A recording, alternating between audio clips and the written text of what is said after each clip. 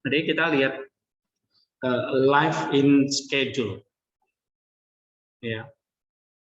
Life in schedule artinya hidup di dalam kedisiplinan, dalam keteraturan. Ya, dari seorang atau kehidupan di monasteri, ya, monasteri di Libanon Utara sana. Ya. Nah, apa schedule mereka? Nah, apa schedule mereka? Apa schedule mereka? Apa?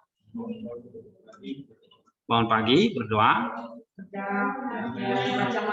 bekerja, berdoa dulu, baca Mazmur, terus sembahyang, kerja lagi, belajar. Oke. Nah, waktu mereka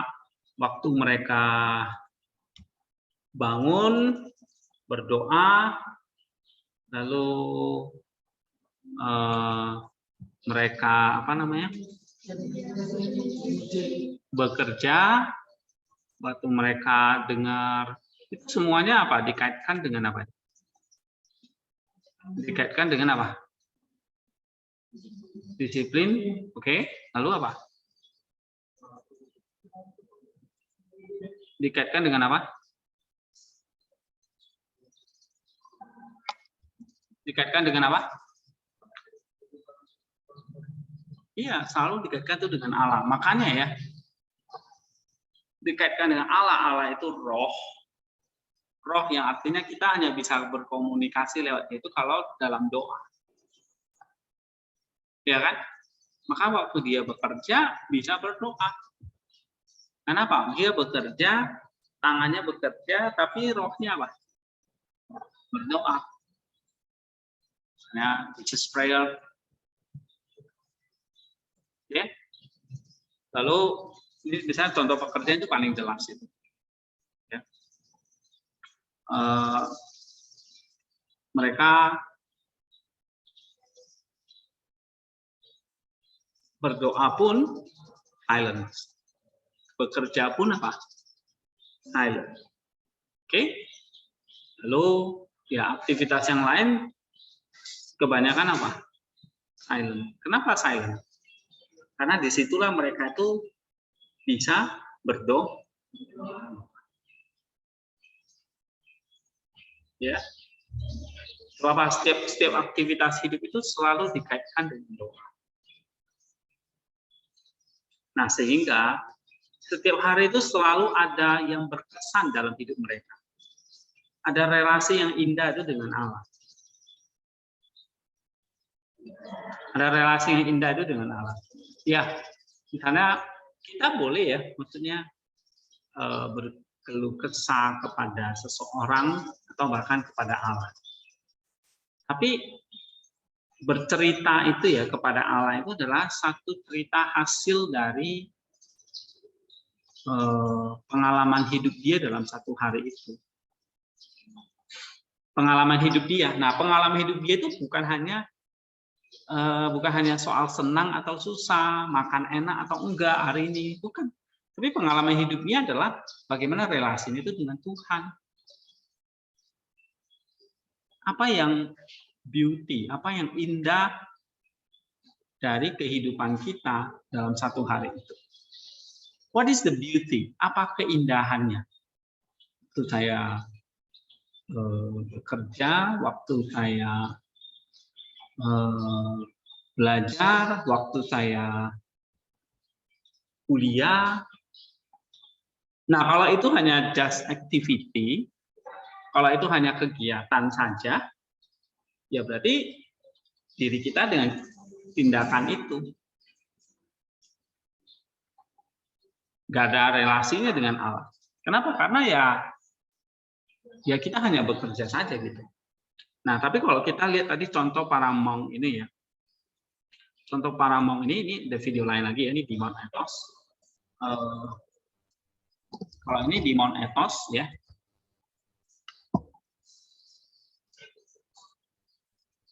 Ini kalau ini di Mount Etox ya.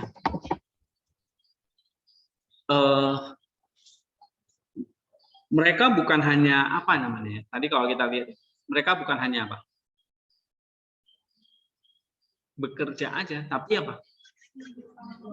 Iya, berarti ada kaitannya dengan Allah. Nah, itulah sebabnya mereka itu kebanyakan silent, diam. Nah, tetapi bukan hanya itu. Kita harus menemukan apa yang indah dari hubungan kita itu dengan Tuhan. What is the beauty? Sehingga kamu itu dalam satu hari itu kamu punya kesan apa tuh? Waktu kamu kerja ini, waktu kamu menghadapi ini, waktu kamu belajar ini, ada kesan apa yang kamu bisa ceritakan sama Tuhan? Ya. Jadi kalau waktu bekerja kita banyakkan silent, waktu belajar kita silent, kita belajar. Tapi waktu kamu misalnya berdoa pada malam hari sebelum tidur, nah kamu bisa cerita apa yang indah hari itu dengan Tuhan. Nah, kamu bisa tuliskan. Ya, apa saja dalam pekerjaan atau ada hal-hal yang kamu misalnya ada dari perkuliahan ini yang kamu dapat atau ada sesuatu yang kamu baca itu sangat berkesan. Nah, kamu bisa ceritakan itu sama Tuhan, lalu atau kamu bisa tuliskan. Kayak gitu. Nah, ini misalnya kayak kehidupan ngomongnya sama lebih kurang dengan kalian. Ada belajarnya. Gitu. Ya, ada pekerjaannya. Ada ibadahnya. Ya, semua dikerjakan itu dalam schedule, dalam ketaatan. Tetapi yang paling menarik apa? Mereka itu selalu kaitkan dengan doa. Nah, itu. Nah, itulah yang disebut doa tanpa henti. Nah, mereka kerja di perpus ini. Ada yang ditugasin apa? Bersihin buku. Tuh. Ada yang ditugasin di kebun. Ada yang ditugasin di dapur. Di mana-mana. Tergantung biara. Nah, di Soteria ini kan katakanlah kayak kalian itu hidup kayak seperti di biara. Walaupun kita bukan biarawan atau biarawati. Tapi lebih kurang prinsipnya sama. Kerjakan itu dalam ketaatan, di dalam doa, gitu. Ya. Nah, itu yang penting. Karena kalau enggak,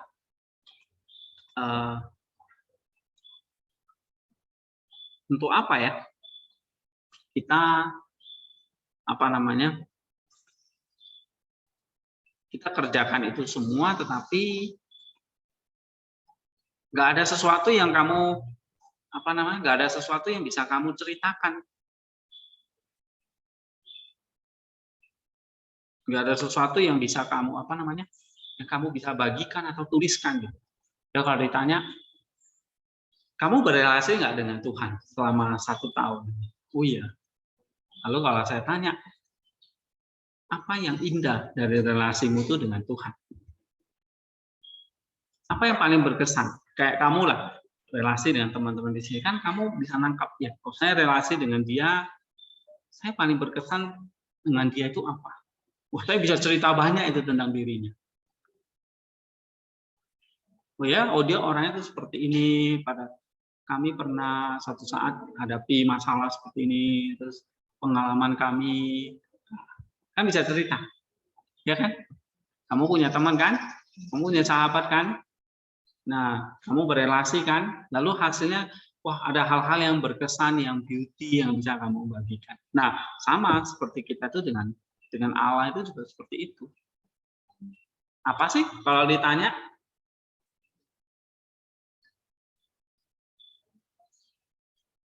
Ya, misalnya kalau saya suruh kalian coba bikin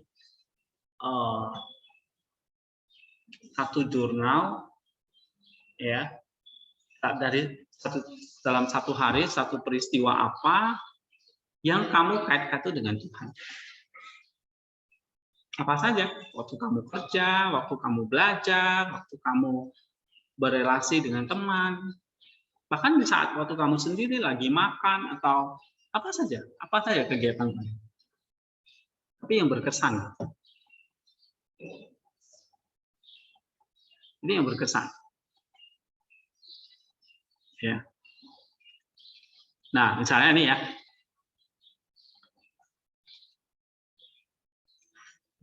Ini dari seorang yang bernama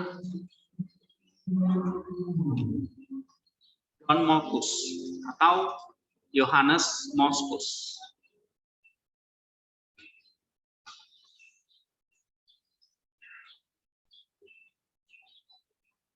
Ya. Johannes Mockus, dia suka berkeliling dari satu tempat ke tempat yang lain. Lalu dari perjalanan dia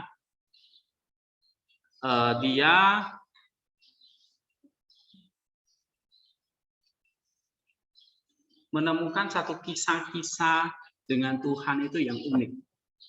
Hubungannya itu dengan Tuhan yang unik. Gitu. Ya. Jadi kita relasi dengan Allah itu bukan relasi seperti kita dengan patung. Gitu. Yang dimana Allah itu nggak bisa berbicara kayak benda mati. Enggak. Tapi relasi yang hidup, dimana kita itu kayak merasa, ya sama kayak kamu berelasi dengan orang hidup kayak gimana. Sama kita berelasi dengan Allah. Nah, ini ada namanya Johannes Mockus, ya. Dia menulis sebuah buku ini Padang Rumput Rohani. Dia nulis ini untuk Sophronius ya, yang sofis, sesama biarawan. Ya.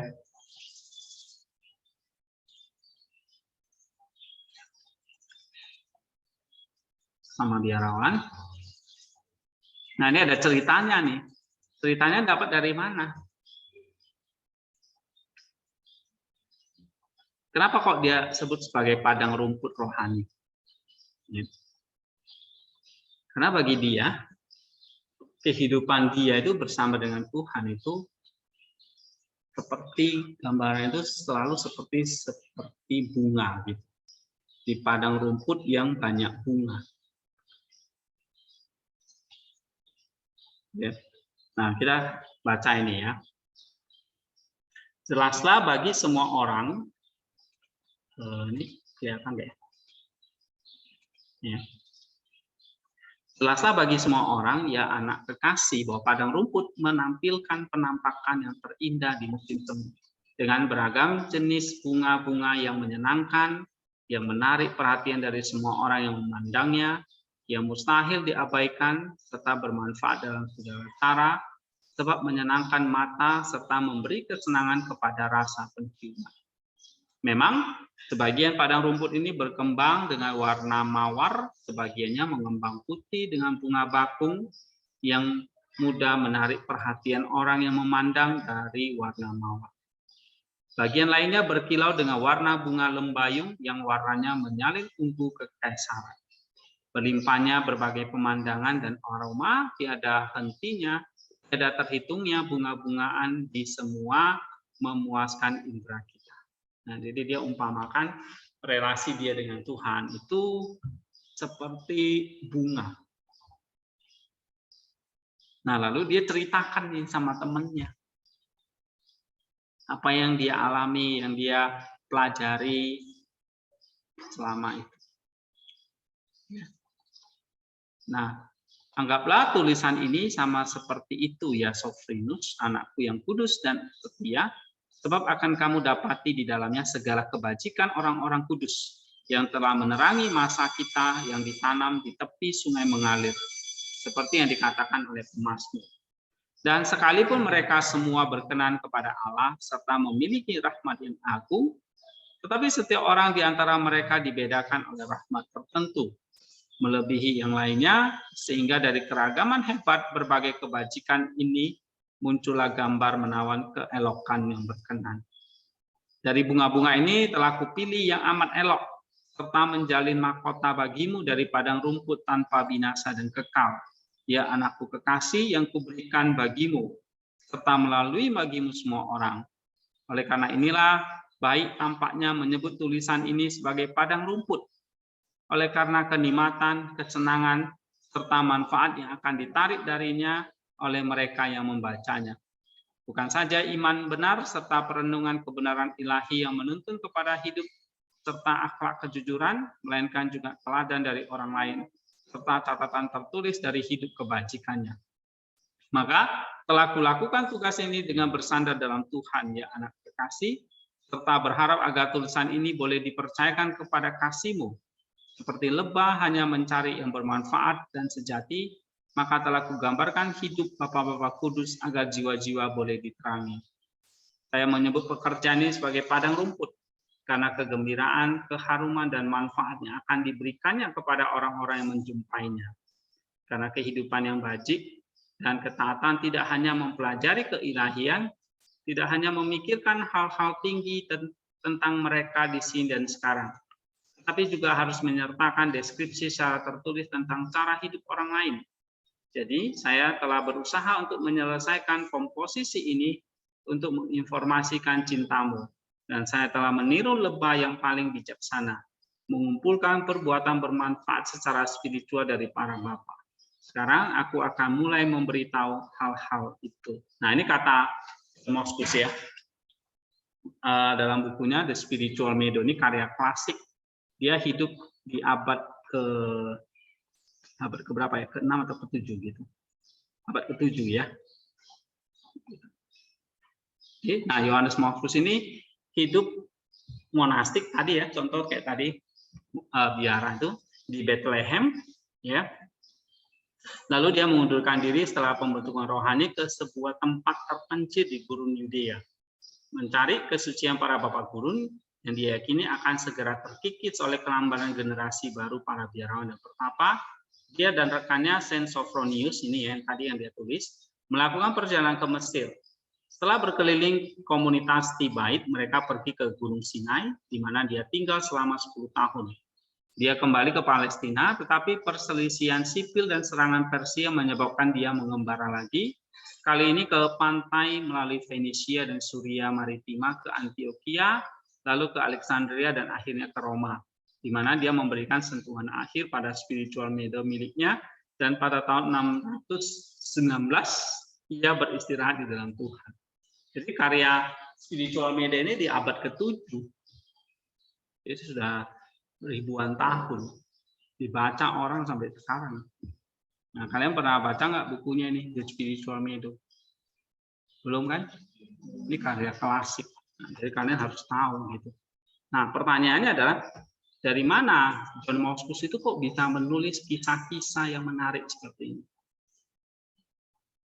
Ya, karena begini, dalam tiap hidupnya itu apa yang terjadi dalam hidup itu dia amati, lalu apa yang paling berkesan dia tulis. Ya, nah kalian kan punya blog. Apa yang paling berkesan dalam hidup kita ini? Mungkin nggak tiap hari ada, apa dalam 1 minggu itu, dalam 1 bulan itu. Nah, tulis di situ. Ya, apa yang paling berkesan waktu kamu? Sekali lagi harus ingat ya, segala yang kita kerjakan itu harus dibungkus di dalam doa, artinya harus dibungkus di dalam relasi dengan Allah. Kalau enggak ya kita tuh enggak ada bedanya nanti dengan orang-orang di luar sana. Gitu. Nah, ini contoh misalnya ya yang ditulis oleh Moskus ya. Nih, tentang penatua Yohanes, seorang penatua yang bernama Yohanes dan Gua Sapsa. Gua Sapsa ini adalah gua di mana Yohanes Pembaptis dulu itu pernah tinggal di Palestina sana. Ya, namanya Gua Sapsa. Gua di mana Yohanes Pembaptis itu dulu menjalani asketisme di padang gurun. Nah, kamu lihat apa yang dia tuliskan ya.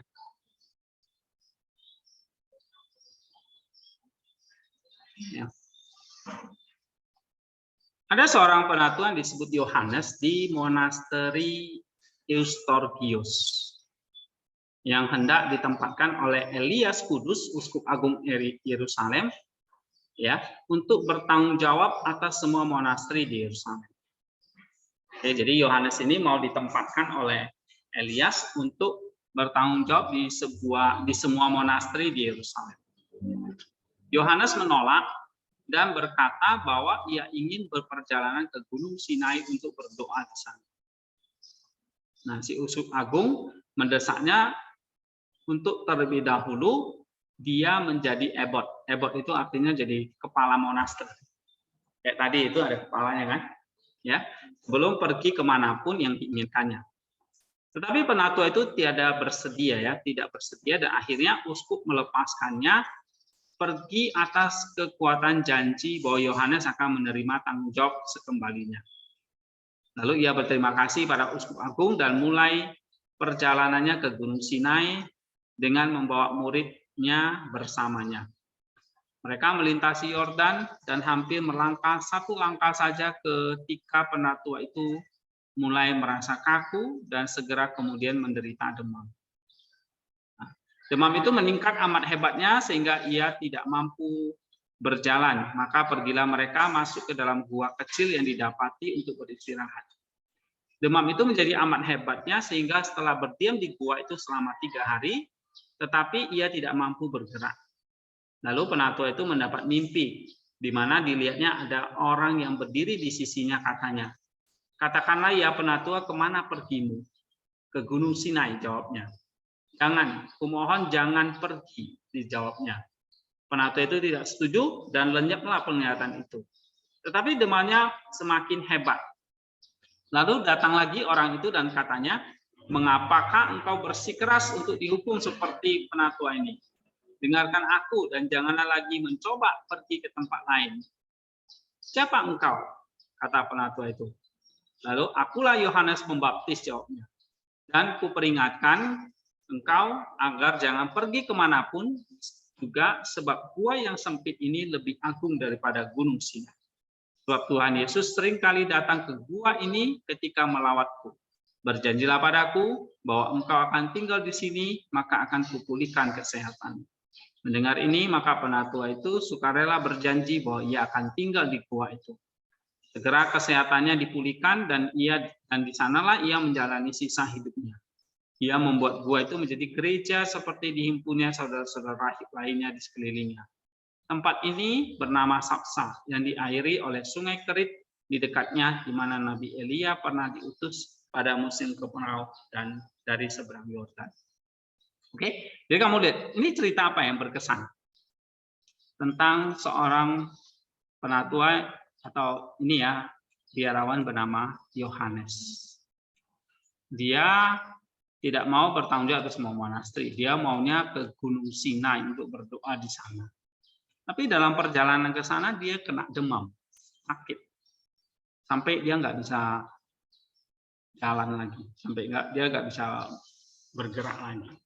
Lalu tiba-tiba satu malam dia beristirahat di sebuah gua. Nah, di situ guanya gua Sapsa. Lalu dia dapat sebuah mimpi di mana Yohanes Pembaptis itu muncul.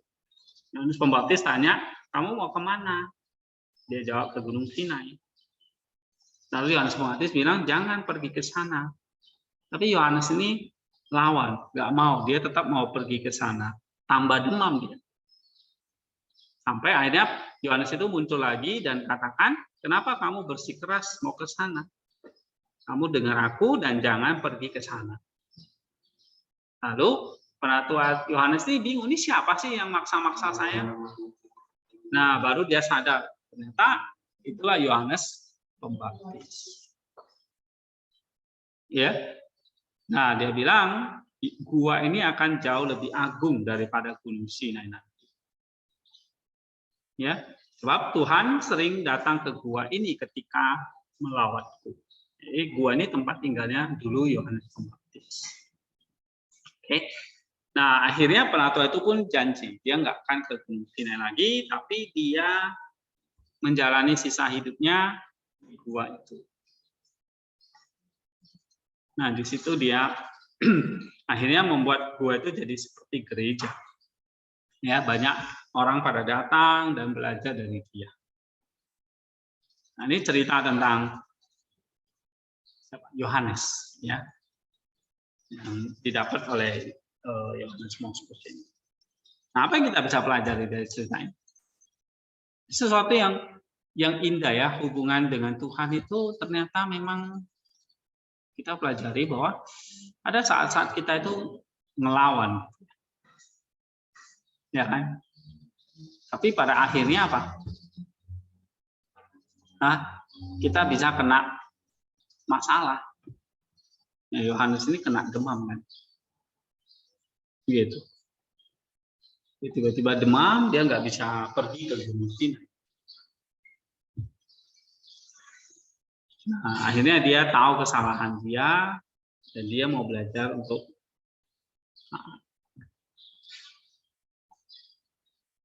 ya. Nah, kadang-kadang ini kalau kita belajar apa? Ketaatan itu ya memang di luar kehendak kita, kemauan kita. Ya kan? Yohanes itu maunya dia mau bertapa di tempat yang lebih hebat lah, ke Gunung Sinai. Ya, ke yang lebih tinggi gitu. Jadi ada kesombongan. Dia nggak mau di gua biasa.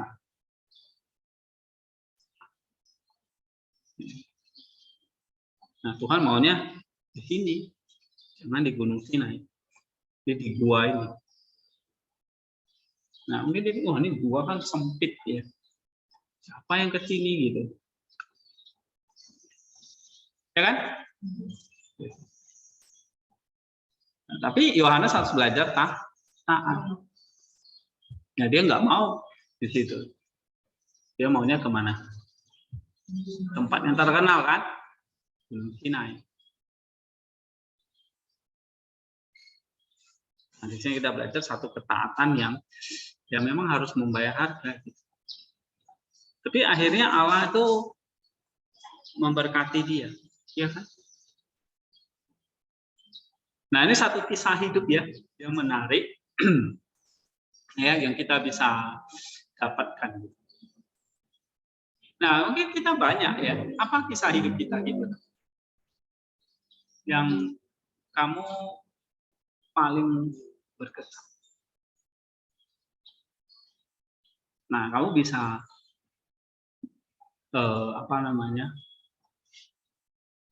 refleksikan gitu.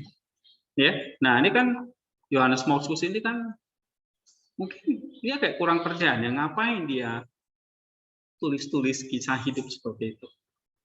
Ya karena dia alami, dia saksikan orang-orang hidup itu seperti itu.